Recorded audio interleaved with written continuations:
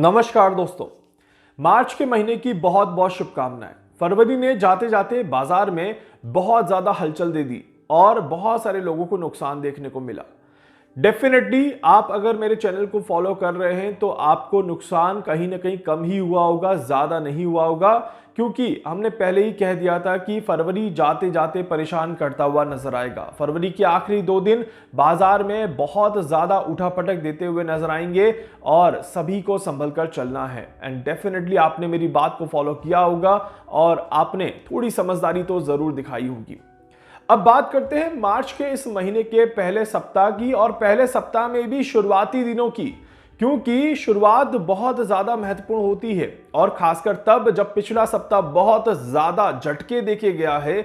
ऐसे में सोमवार की शुरुआत क्या रहेगी, सोमवार का दिन कैसे जाएगा, बाजार में किस तरह की चीजें देखने को मिलेंगी, बहुत सारे सवाल मन में रहते हैं, बहुत सारी चीजें मन में रहती है कि आखिर कैसे बाजार में आगे बढ़ा जाए, क्या कुछ देखने को मिलेगा और किस तरह से हमें प्रॉफिट और लॉस होता हुआ नजर आएगा।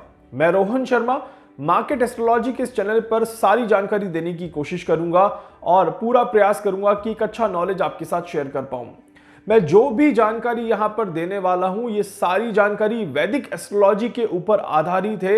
मैं अपने ज्योतिष ज्ञान को आपके साथ शेयर करने की कोशिश कर रहा हूं। मेरा कोई उद्देश्य नहीं है कि मैं आपको प्रोवोक करूं या आपको मोटिवेट करूं कि आप जाकर के बाजार में अपना पैसा लगाओ और ट्रेड करो और नुकसान या प्रॉफिट की तरफ जाओ। मेरा सिर्फ और सिर्फ उद्देश्य अपने ज्ञान को आपके साथ शेयर करना है। अगर आप किसी भी तरह से बाजार में ट्रेड करते हैं, मेरे वीडियो को देखने के बाद अपनी समझदारी पर ही ट्रेड करिएगा, इस बात का ध्यान रखिएगा। चलिए शुरू करते हैं। 3 मार्च 2025 की वैदिक कैलकुलेशंस क्या कहती है, इसको थोड़ा सा समझते हैं।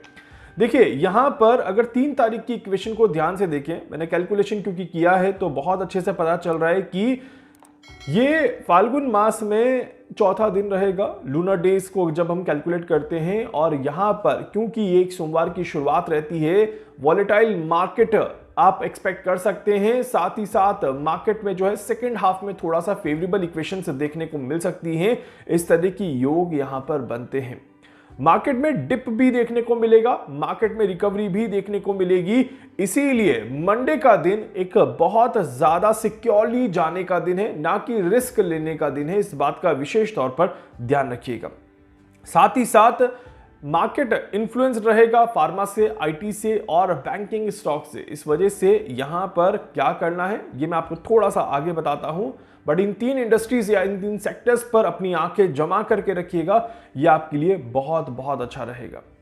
इसके अलावा यहां पर देखा जाए तो जिस तरह से आज के दिन की इक्वेशन बन रही है, वॉलेटिलिटी मार्केट में इंक्रीज होगी, अनएक्सपेक्टेड डिप्स और अनएक्सपेक्टेड रिकवरीज मंडे के दिन में देखने को मिलेगी। इसलिए मैंने एक बहुत क्लियर शब्दों में यहां पर एक लिखा हुआ अपनी डायरी में कि avoid risk in first half और वेट करें एक अच्छे समय का, एक अच्छी ट्रेड का, जब मार्केट आपको मौका दे। इस बात का ध्यान रखिएगा। इसके अलावा यहां पर देखा जाए तो आपको बैंकिंग सेक्टर में थोड़ा सा पॉजिटिव एनवायरनमेंट देखने को मिल जाएगा।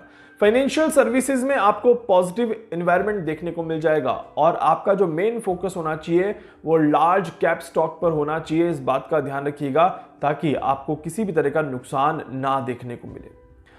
बहुत सारे लोग मुझे ब्लू चिप्स के स्टॉक्स के बारे में पूछ रहे थे, तो मैं वो भी बता देता हूं कि यहां पर आपको थोड़ा सा नुकसान देखने को मिलेगा। लेट रिकवरी की संभावनाएं दिखाई देती है, इस तरह के योग बनते हैं। इसके अलावा डिफेंस सेक्टर में और बैंकिंग सेक्टर में और मेटल सेक्टर में कहीं ना कहीं एक बुलिश ट्रेंड यहां पर जरूर देखने को मिलेगा। इस तरह के भी योग बहुत अच्छे बन रहे हैं सोमवार के दिन में। कहीं ना कहीं बैंक निफ्टी जो है वो थोड़ा सा डिप देने के बाद पुल बैक करेगा, रिकवरी देगा। इस तरह की भी संभावनाएं यहां पर अच्छी बन रही हैं। इंफ्रास्ट्रक्चर में अगर देखा जाए तो थोड़ा सा पॉजिटिव मार्केट यहां पर देखने को मिलता है। फार्मा जो है वो एक बैलेंस स्ट्रक्चर बनाता हुआ नजर आएगा और ऑटो सेक्टर भी यहां पर देखा जाए तो एक अच्छी इक्वेशन यहां पर दिखाता है सोमवार के दिन में। यहां पर आप सभी को किन चीजों पर फोकस करना है, अगर हम निफ्टी 50 की बात करें यहां पर, तो आपको टेक्निकल कंपनीज में फोकस आप कर सकते हैं मंडे के दिन में। खासकर विप्रो को लेकर के थोड़ा सा मार्केट अच्छा दिख रहा है। टीसीएस का एक ग्राफ अच्छा दिखाई देता है। तो इन दो कंपनीज के बारे में तो मैं जरूर कहूंगा कि इन पर थोड़ी सी नजर रखें। फार्मा में थोड़ा सा आप अपनी निगाहें रख सकते हैं, खासकर सन फार्मा और सिप्ला के ऊपर आप थोड़ा सा नजर लगा करके रखें। बैंकिंग सेक्टर डेफिनेटली फायदा देगा और एचडीएफसी बैंक इन आईसीआईसीआई बैंक में आप अपने आप को थोड़ा सा इन्वॉल्व करके रख सकते हैं। मेटल की जब हम बात कर रहे हैं तो डेफिनेटली टाटा स्टील की मैं बात करूंगा यहां पर, और एलएनटी के मार्केट की बात करूंगा जहां पर आपको अच्छा फायदा देखने को मिल सकता है। इसके अलावा यहां पर देखा जाए तो मॉर्निंग सेशन जो रहेगा मार्केट का, ये थोड़ा सा रिस्क टेकिंग सेशन रहेगा। इस वजह से मॉर्निंग में कोशिश करिएगा कि शुरुआती समय में बहुत ज्यादा इन्वॉल्व ना हो मार्केट में, और सेकंड सेशन जो रहेगा, आफ्टरनून सेशन जो रहेगा मार्केट का, ये काफी ज्यादा अच्छा जाता हुआ नजर आता है। इस अच्छे योग यहां पर बनते हैं और खासकर फार्मा रिकवरी देता हुआ सेकेंड हाफ में नजर आएगा, बैंकिंग रिकवरी देता हुआ नजर आएगा। इस तरह की योग यहां पर बनते हैं। इस वजह से मैं जरूर कहूंगा कि जब आपको एचडीएफसी बैंक में, आईसीआईसीआई में डिप देखने को मिले तब आप बाय कर सकते हैं, वहां पर आपको अच्छा फायदा देखने को मिल जाएगा। कोटक और एक्सिस में डेफिनेटली एक अच्छी ग्रोथ, जो लोग कोटक और एक्सिस से जुड़े हुए हैं उन्हें एक अच्छी ग्रोथ यहां पर देखने को मिल सकती है। ओवरऑल अगर देखा जाए तो जहां पर आप लंबे समय को लेकर के चल रहे हैं, जहां पर आप लंबे स्टॉक्स को, लार्ज स्टॉक्स जिसको हम कहते हैं लार्ज कैप, उसको लेकर के चल रहे हैं, वहां पर आपको अच्छा खासा फायदा जरूर देखने को मिल जाएगा। इसके अलावा कुछ और कंपनीज, टीसीएस का नाम मैंने ऑलरेडी ले लिया है, इसके अलावा डॉक्टर रेड्डी को भी कंपनी है जिसके ऊपर आप फोकस कर सकते हैं। इसकी भी इक्वेशन से काफी ज्यादा अच्छी दिखाई देती है। तो कहीं ना कहीं फार्मा और मेटल आपको बचा सकते हैं मंडे के दिन में, अगर आप कहीं पर भी अटक जाते हैं तो, क्योंकि मंडे के साथ ट्यूसडे के ट्रेंड को हमें फॉलो कर लेना चाहिए, ताकि दोनों दिनों की इक्वेशन में अगर कहीं पर भी हम अटके तो आगे रिकवरी है या नहीं है ये पता चलना चाहिए। तो इसी पर्पस से मैंने मंगलवार के दिन को भी आप सभी के लिए कैलकुलेट कर लिया था। तो देखते हैं कि मंगलवार का दिन आप सभी के लिए क्या लेकर के आता है। तो अब तक जो मैंने चीजें बताई थी ये थी 3 मार्च 2025 के बारे में।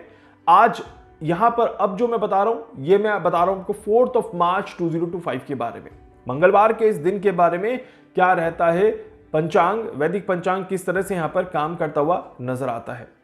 देखिए मंगलवार का दिन भी जो है वो मार्केट में प्रॉफिट लेकर के आएगा, एक अच्छा प्रॉफिट देगा, और कंपेयर टू मंडे, ट्यूसडे जो है वो बुलिश ट्रेंड यहां पर ज्यादा दिखाता हुआ नजर आता है। इस तरह के योग बनते हैं। इस वजह से ये तो कंफर्म है कि आपको 2 दिन में से एक दिन में अच्छा खासा मुनाफा हो सकता है। अगर आप प्रॉपर प्लान लेकर के चलेंगे तो आपको 100% अच्छे रिजल्ट मिल जाएंगे, इसमें कोई दो राय नहीं है।